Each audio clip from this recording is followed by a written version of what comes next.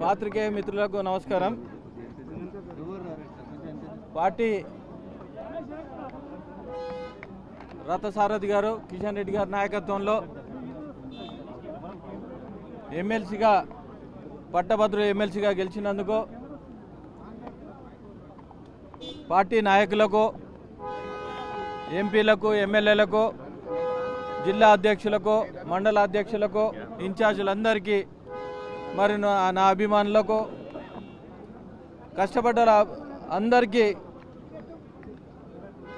రాత్రి పగలు ఆర్నిషాలు కష్టపడి గెలిపించిన ప్రతి ఒక్కరికి ఈ గెలుపు అంకితం వాళ్ళందరికీ అంకితం చేస్తూ ఉన్నాను. వాళ్ళందరికీ ధన్యవాదాలు తెలియజేస్తూ ఉన్నాను. అదేవిధంగా నిరుద్యోగులు ఎవరైతే ఉన్నారో గత ప్రభుత్వం రాకముందు కాంగ్రెస్ ప్రభుత్వం ఇచ్చిన హామీలు ఏవైతే ఉన్నాయో 6 గ్యారంటీల్లో ఒక గ్యారంటీ అయినా నిరుద్యోగ వృత్తి ఇస్తాని, నిరుద్యోగులకు 2 లక్షల ఉద్యోగాలు ఇస్తాని, వాళ్ళు కనీసం ఇంతవరకు ఇవ్వకపోవడం దారుణం. దీని మీద వాళ్ళందరి తరఫున మండలిలో వాళ్ళ గొంతుకనై ప్రశ్నించి రాబోయే రోజుల్లో వాళ్ళ మెడలోంచి పనిచేపిస్తానని కూడా తెలియజేస్తా ఉన్నాను. అదేవిధంగా ఈరోజు కాంగ్రెస్ ప్రభుత్వం ఏదైతే ఇచ్చిన హామీలు ఏవైతే ఉన్నాయో హామీలు నెరవేర్చినంత వరకు ఫీజు రీఎంబర్స్మెంట్ విషయంలో తీసుకుంటే 7,940 కోట్లు ఇవ్వాలి. విద్యార్థుల విషయంలో తీసుకుంటే ఆ ఫీజు రీఎంబర్స్మెంట్ ఇంతవరకు రిలీజ్ చేయకపోవడం, కాలేజీలు దీని మీద డిపెండ్ అయ్యి ఎవరైతే కాలేజీలు ఉన్నారో వాళ్ళకి అమౌంట్ రాకపోవడంతో కనీసం ఎవరైతే లెక్చర్స్ ఉన్నారో వాళ్ళకి పేమెంట్ ఇవ్వకపోవడం దారుణం.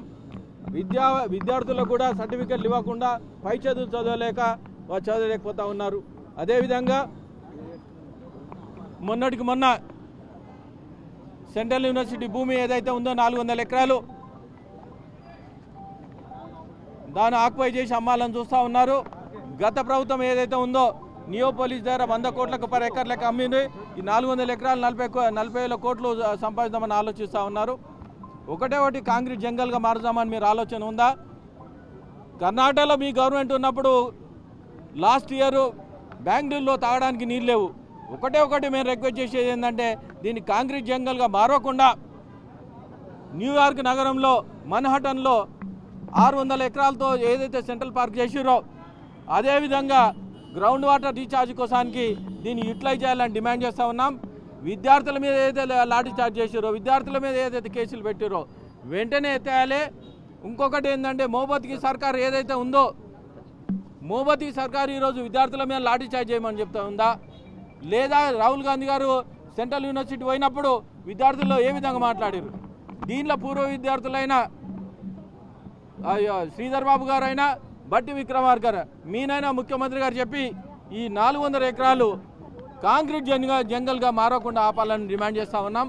ఇంకొకటి ఏంటంటే ఒకటి ఈ నిరుద్యోగుల విషయంలో 2 లక్షల ఉద్యోగాలు ప్రతి సంవత్సరం ఇస్తామని చెప్పి ఇంతవరకు ఇవ్వకపోవడం దారుణం. దీంతో 20 లక్షల నిరుద్యోగులు ఉన్నారు. అదేవిధంగా స్కాలర్షిప్ విషయంలో కూడా ఎక్కడ ఇవ్వడం లేదు.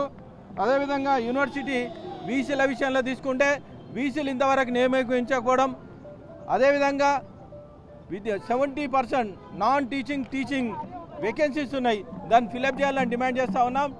విద్యా విషయంలో మీరు చెప్పిన మాట 15% బడ్జెట్లో పెడతామని 8% కేవలం పెట్టి చేతులు దులుపుకున్న ప్రభుత్వం ఇమ్మీడియట్లీ దాన్ని పక్క ప్రభుత్వాలు ఏదైతే ఉన్నాయో 15% పెడతా ఉన్నాం, 15% పెట్టాలని డిమాండ్ చేస్తూ ఉన్నాం.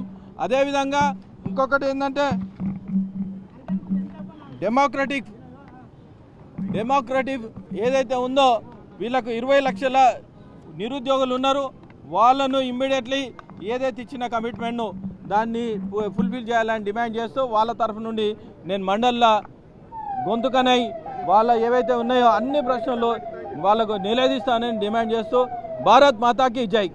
ఈరోజు శాసన మండలిలో సభ్యునిగా ప్రమాణం స్వీకారం చేయడం జరిగింది.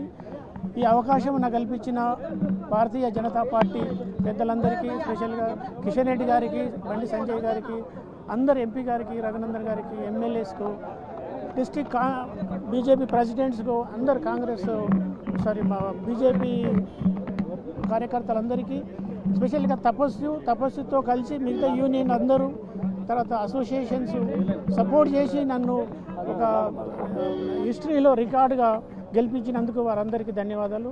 టీచర్లందరికీ చాలా సమస్యలు ఉన్నాయి, అవన్నీ మనము సాధించాలి. అది ఎప్పుడైతే క్యాన్వసింగ్లో వాళ్ళకు ప్రామిస్ చేసిన అన్ని ఇష్యూస్ను కూడా మేము మన కౌన్సిల్లో లేవనెత్తుతాము. వాళ్ళకు పిఆర్సీ ఉంది, డిఏలు ఉన్నాయి, తర్వాత రిటైర్మెంట్ బెనిఫిట్స్ ఉన్నాయి, తర్వాత వివిధ టీచర్లకు వివిధ ప్రాబ్లమ్స్ ఉన్నాయి, కస్తూర్బా టీచర్లకు సపరేట్ ప్రాబ్లమ్స్, మోడల్ టీచర్స్కు ప్రాబ్లమ్స్ ఉన్నాయి. అవన్నిటిని కూడా మేము నోట్ చేసుకోవడం జరిగింది. అవన్నీ సాధించేంత వరకు కంటిన్యూగా కొట్లాడి అవసరమైతే నిరాహార దీక్షలు చేసి వాళ్ళ ప్రాబ్లమ్స్ అట్రాక్ట్ అయ్యే వరకు గవర్నమెంట్తోని, ఉన్నత విద్యాశాఖ అధికారులతోని కలిసి కొట్లాడి వాటిని సాధించే వరకు కొట్లాడతాము. తర్వాత ఈ ఎన్నికల్లో టీచర్స్, గ్రాడ్యుయేట్స్, మేధావులందరూ ఆలోచించి ఓటేశారు కాబట్టి, బీజేపీకి ఓటేశారు కాబట్టి, ఈ ఎన్నికను మనం దృష్టిలో పెట్టుకొని నెక్స్ట్ ప్రజలందరికీ, తెలంగాణ ప్రజలందరికీ మనం వాళ్ళను కన్విన్స్ చేస్తూ బీజేపీ పార్టీ యునైటెడ్గా ఫైట్ చేస్తే నెక్స్ట్ బీజేపీ గవర్నమెంట్ వస్తుంది. నెక్స్ట్ ఎలక్షన్స్లో సంస్థాగత ఎలక్షన్ కానీ, గ్రామ పంచాయతీ కానీ, జిల్లా పరిషత్ కానీ, అన్ని ఎలక్షన్స్లో కూడా అన్నిట్లో బీజేపీ గవర్నమెంట్ గెలవబోతుంది. దాని కొరకు మేమందరము బీజేపీ కార్యకర్తలందరూ కలిసికట్టుగా పనిచేసి గెలిపిస్తారు. ఇక్కడి నుంచి ఒక పునాది పడ్డది కాబట్టి, కంటిన్యూగా ఇప్పటి నుంచి వచ్చే ఎలక్షన్ అన్నింటిలో కూడా బీజేపీ గెలవబోతుంది. కాబట్టి ఆల్వేస్ ప్రజల కొరకు, మేధావుల కొరకు, టీచర్ల కొరకు వాళ్ళ ప్రాబ్లమ్స్ అన్నీ సార్ట్ అవుట్ అయ్యే వరకు కలిసి కొట్లాడదాం. కాబట్టి మీరందరూ ప్రెస్ మీడియా కూడా మాకు సహకరించి ఇష్యూస్ అన్నింటినీ టైం టు టైము మీరు ప్రజలకు తెలియాలని కోరుకుంటూ థ్యాంక్ యూ.